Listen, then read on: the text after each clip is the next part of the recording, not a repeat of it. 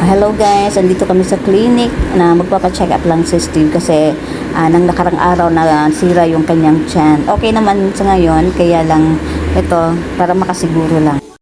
Few days later. Guys, andito yung mga batch 86. So, naimbitahan lang kami ng isang classmate naming balikbayan galing US na yung anak niya baptismal ngayon. Dito ginanap sa Villa Mary Ann. So, enjoy naman kami lahat. Nagkita-kita kami ng mga classmate. Ang saya, sarap ng kain. Anyway, kahit si Steve medyo hindi pa talaga totally magaling. Pero okay naman. At least, ma-witness niya yung mga okasyon na ganito para hindi naman siyang maboard anyway. So guys, sige, actually sandali lang naman kaming dalawa, hindi kami nagtagal gawa ng normally hindi naman talaga siya party goer, ako din at the same time hindi ka magpahinga siya. So pinakita ko lang yung mga kaganapan during the occasion ng Arinis family. Ayan.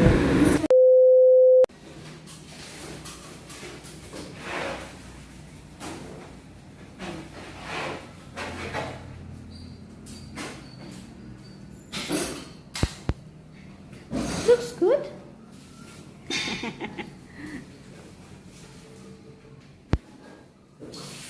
Video. Iko pa sa di sa YouTube channel ko. Kanak ko Pelias TV, iya British Bicolana.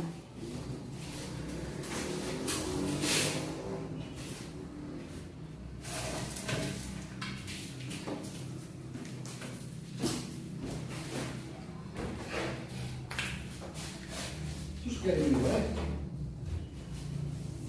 Yeah. What? What do yan? You got in the way. You can do whatever you want. Don't mind your own.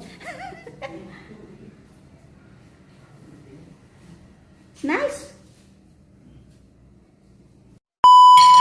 I'm teaching him how to eat in chopstick.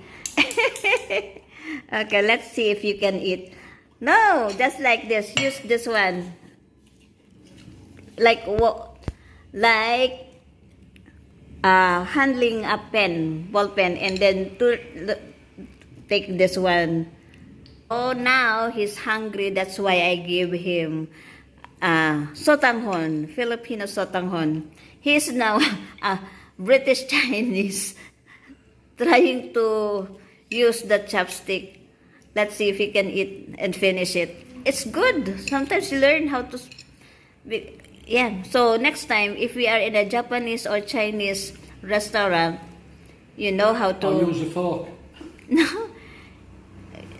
Oh. So here's guys the painting of my sweetheart as Zivga Crowther. Anyway, so it looks good. The color of this is cloudy gray. Combination with white ceiling and wall is cloudy gray. Actually, I'm the one who chose this color. Yeps. And then, You choose the colour. and you are the one. I told you which colour to pick. Yeah, but there's plenty of gray color. It's me who decide which gray, and then you are the one who paints it.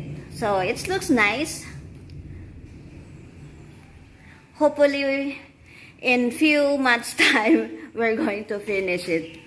Because right now, we're still under a messy, and what do you call this? Messy place all the time. We cannot fix everything because still a lot of things to do. So, here we go. And of course, also this one, the railings, the steps railings not yet done, so still need to sandpaper and paint it again, of course. Yeah, you have to finish it. Okay, still more Yeah, but little by little, we can finish it. And next project will be the grills, because you know, here in Philippines, there are always a typhoon, especially during September, October, November. As you can hear, there's a thunderstorm now and start raining. So that's the problem. So we need to save money again for the coming, to protect the windows. And we cannot wait more. Actually, our plan, or his plan, is to buy his motorbike. Unfortunately, we are thinking if we buy it now and the typhoon is coming, all the door, windows, glass door may be broken. So he decided yesterday to Have the grills done? to have grills after this one, and then maybe and save again money to buy his dream to have us. What kind of motorbike? It's the Yamaha NMAX. NMAX, yeah. 155, Yeah. 155cc. Yep. Very expensive. It's 150. 150,000. So, It's a good bike. yeah. Supposedly he's going to buy this time, that of course priority first, the safety of the house, because still have a lot, you know, we're still not done of many things, although you know it's not easy money, so you always have to save for everything. You see, he's so strong, but I'd ask him not to carry it, just yeah.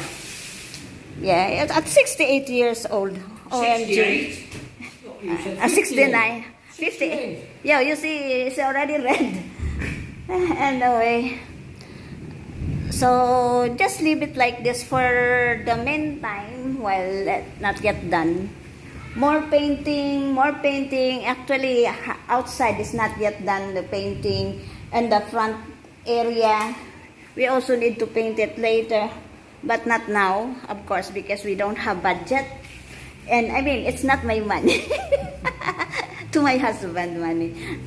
Just follow your wife. Listen to your wife, because your wife knows best. And I said, Filipino, they never say there's no way. Filipino always say there always be a way. So he has to listen to me all the time if he want to solve his problem, because he always wanted, he doesn't want problem. If things is broken, he want to throw, and I don't like it, because me, I always think it can be fixed. You maybe say, when I'm already old, sweetheart, you will tell me, okay, throw it away, I'll find a new girl. That's crazy. Anyway, I don't show up because I look messy, miserable woman. So just don't forget to subscribe my channel, Pearlis TV, and my husband channel, British Bicolana. And have a nice day. Take care, everyone, and see you again for the next video. Bye. Okay. Cheers. 1, 2, 3.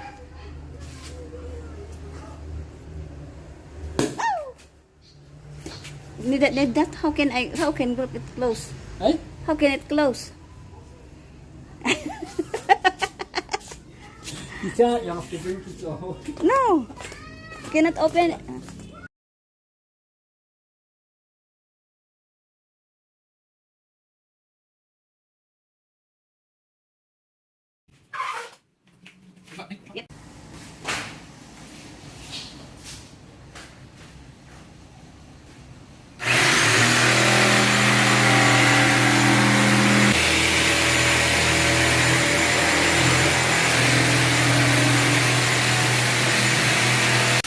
Okay, we'll try again. So, I cannot see you. So what are you doing then, Ning? just helping you. You know, I am a good wife. I am a good Westerner wife. Actually, Really? Yeah. Trying to help to save money. So you're not one of those Filipinos on my blog, Yeah. and I said they only marry a Westerner for the visa. No, you are the one who really wants to for my visa. I am the one, yes. Okay, just try to help. Anyway, this is a little Upstairs there, above that mic, there's an area that we're going to use as basically a stock room, just to store things out of the way. Bang, bang, bang. Bang, bang, bang. We're always having a lot of activities every day. But Yeah. next week, we need to sit up. Yeah. Rest for a while. Next week we're having a break, aren't we? Yeah. We're going to go away for a few days. Yeah. I mean, we are doing some sort of work when we go away because we've got to go to the NBI.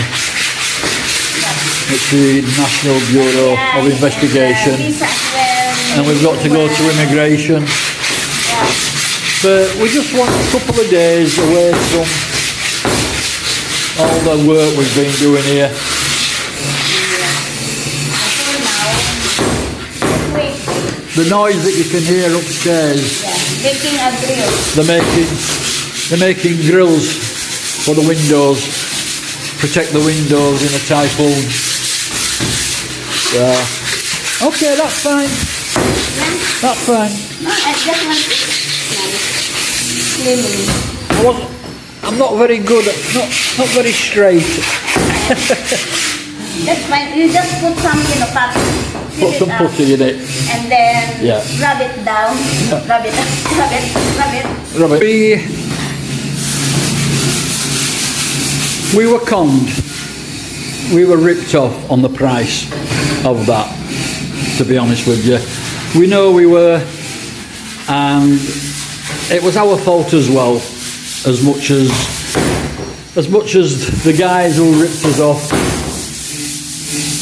and we made mistakes along the way doing it. We should have basically asked for it all itemised, and then when he passed it on to somebody else to do, we should have queried that. We should have said, no, we're paying you to do this, not somebody else. Anyway, this third party made a right mess. The only good thing about it is that the painter that we've got, he's made a good job out of a bad job. He's a good, really good painter, and I've given him some extra work because he was so good. Then we got the tiles on. The painter knew somebody who could do the tiling. He's come and done that. And also the painter knows somebody who can make 2 cupboards. We can have 2 cupboards there. I don't think I should be having the empty tins of San Miguel on there, but hey,